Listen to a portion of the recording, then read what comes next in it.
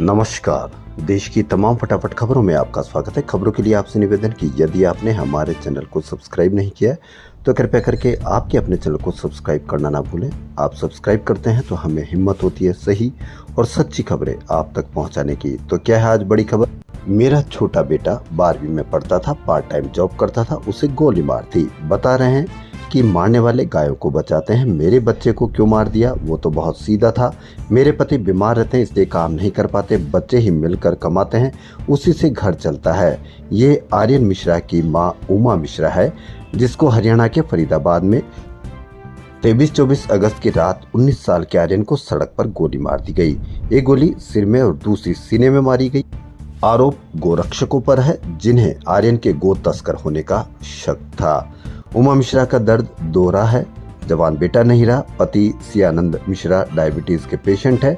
बेटे की मौत के बाद हार्ट अटैक आने की वजह से उन्हें हॉस्पिटल में एडमिट करना पड़ा। इस पर आप अवश्य कमेंट करें कि क्या गो रक्षकों को इतना अधिकार दिया गया है कि कहीं भी गो तस्कर दिखे या गो तस्कर का कोई शक भी हो तो उसे गोली मार दी जाए? आप इस पर किस तरह से आप इस पर निगाह रखते हैं या किस तरह से आप इस पर कमेंट करते हैं, ये जरूर आप बताएं। ये गोरक्षक अब जेल में होंगे ही। वहीं एक दर्द राजवंती का है। राजवंती का बेटा अभिषेक जेल में है। आरोप है कि बीफ खाने के शक में अभिषेक और उसको साथियों ने 28 अगस्त को साबिर नाम के शख्स को, जो कि मात्र कूड़ा बीनता था, उसको इतना पीटा कि उसकी मौत हो गई। राजवंती कहती है कि मेरा बेटा तो गो सेवक है, उसने साबिर को लाठी से मारा था, लेकिन इतना नहीं मारा कि वो मर जाए। यानी कि बेटा गो सेवक है तो क्या उसको इतना अधिकार दे दिया गया कि वो किसी को भी मार दे? इलेक्शन के माहौल में रम्य हरियाणा में 3 दिन में 2 मर्डर हुए। किसी मीडिया पर कोई इसके बारे में कोई चर्चा नहीं। दोनों में गो रक्षकों का नाम आया है। आर्यन के मर्डर के मुख्य आरोपी अनिल कौशिक की पिस्टल के साथ सोशल मीडिया पर फोटो है, गवर्नर के साथ फोटो है।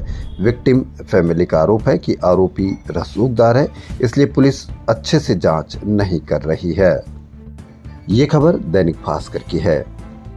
मणिपुर में पिछले 1 साल से हिंसा जारी है। हिंसा रुकने का नाम नहीं ले रही। इसी बीच मणिपुर के मुख्यमंत्री एन बीरेन सिंह ने शनिवार देर रात राजभवन में राज्यपाल लक्ष्मण प्रसाद आचार्य से मुलाकात की।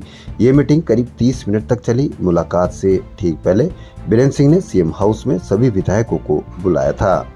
सूत्रों की माने तो बीरेन सिंह इस्तीफा दे सकते हैं। उन्होंने पिछले साल 20 जून को भी इस्तीफा देने की पेशकश की थी, बाद में फैसला बदल दिया गया। बीरेन सिंह आज भी राज्यपाल से दोबारा मिल सकते हैं। मणिपुर में 2 गुटों के बीच हिंसा जारी है। पहली बार ऐसा दिख रहा है कि दोनों गुटों का नाम पूरे मीडिया में आता है। किसके कितने मरे, यह आप इस पर अवश्य कमेंट करें कि क्या गुटों में झगड़ा हो तो इस तरह की खबरें मीडिया में देना उचित है या नहीं।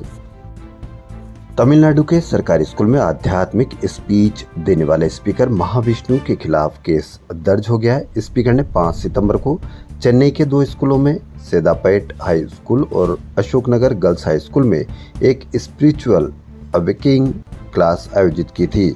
यह स्पीकर परमपोरुल फाउंडेशन एनजीओ से जुड़े हैं। उन्होंने जाति, वर्ग, पुण्य, पाप मंदिर पर स्पीच दी। स्पीकर ने कहा कि हमें पिछले कर्मों की सजा इस जन्म में मिलती है। साथ ही उन्होंने मंत्रों से बीमारी ठीक करने का भी दावा किया था। एमडीएम के सांसद दुरई वाइको ने कहा कि यह बेहद निंदनीय है कि महाविष्णु के नाम पर एक व्यक्ति हमारे स्कूल परिसर में घुस आया। वह कहता है कि अगर हम मंत्र का जाप करते हैं तो हमें एसिड रेन मिल सकती है, बीमार लोग ठीक हो सकते हैं। इस तरह के व्यक्ति को कभी भी स्कूल के अंदर नहीं आने देना चाहिए। सांसद दुरई ने आगे कहा कि ये व्यक्ति भगवान का अवतार होने का दावा करता है। इस तरह की बातें बच्चों को गुमराह करती है। सीएम ने इसकी निंदा की और राज्य के शिक्षा मंत्री ने जिम्मेदार अधिकारियों के खिलाफ कार्रवाई की गारंटी दी है। पैरालंपिक में शनिवार को भारत ने 1 सिल्वर और 2 ब्रॉन्ज मेडल जीते। इसके साथ ही इंडिया के 6 गोल्ड, 10 सिल्वर और 13 ब्रॉन्ज मेडल हो गए। महाराष्ट्र के उप मुख्यमंत्री और राष्ट्रवादी कांग्रेस के नेता अजीत पवार ने कहा कि समाज परिवार में दरार पसंद नहीं करता। वह ऐसे किसी व्यक्ति को पसंद नहीं करता जो अपने परिवार तोड़े। अजीत पवार ने स्वीकार किया कि उनसे भी एक गलती हुई है। दरअसल अजीत पवार ने चाचा शरद पवार से बगावत करके उनकी पार्टी तोड़ी और भाजपा शिंदे शिवसेना सरकार में डिप्टी सीएम बन गए। बाद में भारतीय निर्वाचन आयोग ने मूल पार्टी भी अजीत को सौंप दी। इसके चलते शरद पवार को नई पार्टी और नए चुनाव चिन्ह पर लोकसभा चुनाव लड़ना पड़ा और अपनी पत्नी को बहन सुप्रिया सुले को खिलाफ उतारना पड़ा, जिससे पत्नी की हार हुई। उसके बाद अजीत पवार का ये दूसरी बार ऐसा बयान है। डिजिटल अरेस्ट यानी वीडियो कॉल के जरिए किसी को गिरफ्तार का डर दिखाकर उसे उसके ही घर में कैद करके मुंह मांगी फिरौती वसूलना। देश में ऐसी घटनाएं तेजी से बढ़ी है। एक आकलन के अनुसार पिछले 4 माह में करीब 400 करोड़ रुपए ठगे जा चुके हैं। ये दैनिक भास्कर की खबर। अब आप इससे अंदाजा लगाइए कि 400 करोड़ रुपए ठगने के बाद भी किसी मीडिया पर इसकी चर्चा नहीं है, जबकि मीडिया पर कोलकाता रेप कांड की जबरदस्त तरीके से उसकी चर्चा है।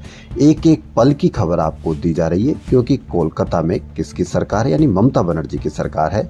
जबकि यदि 400 करोड़ रुपए की ठगी के बावजूद भी अगर किसी मीडिया में चर्चा नहीं है तो इस पर आप अवश्य कमेंट करें।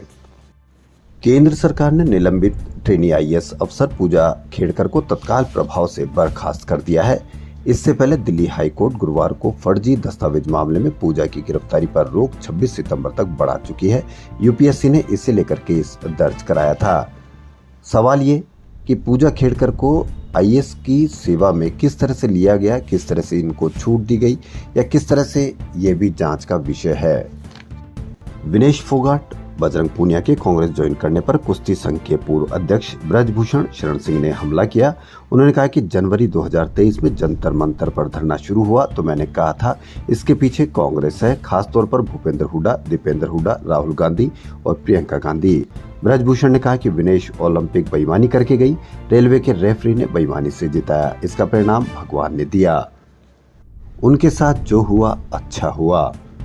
वहीं बजरंग ने कहा कि ब्रजभूषण के बयान उनकी मानसिकता दिखाते हैं। गौरतलब है कि पेरिस ओलंपिक में विनेश 50 किलो वर्ग के फाइनल में पहुंची। वहीं कांग्रेस नेता सुप्रिया श्रीनेत ने कहा कि ब्रजभूषण के खिलाफ दिल्ली पुलिस ने चार्जशीट फाइल की। उन पर धारा 354, 354A, 354D और 506 लगी है। वह यौन शोषण, पीछा करना, धमकाना, बल प्रयोग जैसे आपराधिक केस रद्द करवाने ब्रजभूषण हाईकोर्ट गए, लेकिन उन्हें राहत नहीं मिली।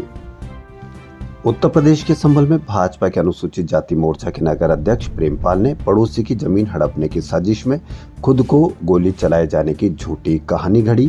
3 निर्दोष लोगों को फर्जी केस में फंसाया। पुलिस जांच में राज खुलने पर 37 दिन जेल में रहे निर्दोषों को कोर्ट के आदेश पर रिहा कर दिया गया। पुलिस जांच के अनुसार भाजपा नेता प्रेमपाल ने अपने पड़ोसी हेमंत, दिलीप और श्यामलाल को जेल भिजवाने की साजिश रची, लेकिन किसी मीडिया चैनल पर आपको इस बारे में भी कोई डिस्कस नहीं मिलेगी। अमर कौशिक की स्त्री 2 देश में सबसे कामयाब हिंदी फिल्म बनने की तैयारी में है। रिलीज के 23वें दिन तक श्रद्धा कपूर अभिनीत ये फिल्म बॉलीवुड के दुर्लभ 500 करोड़ क्लब में शामिल होने वाली 5वीं फिल्म बन गई है। इस क्लब की अन्य 4 फिल्में 2023 में आई थी। खास बात यह है कि पारलौकिक विषय पर बनी यह फिल्म इस क्लब में शामिल होने वाली सबसे कम बजट यानी मात्र 60 करोड़ रुपए बजट की फिल्म है। फिल्म क्रिटिक मानते हैं कि यह फिल्म हिंदी फिल्म इतिहास की देश में सबसे कामयाब फिल्म बनने की ओर बढ़ रही है। तो खबरों में फिलहाल इतना ही। यदि आपको हमारा चैनल पसंद आए तो लाइक, सब्सक्राइब और शेयर अवश्य करें। धन्यवाद।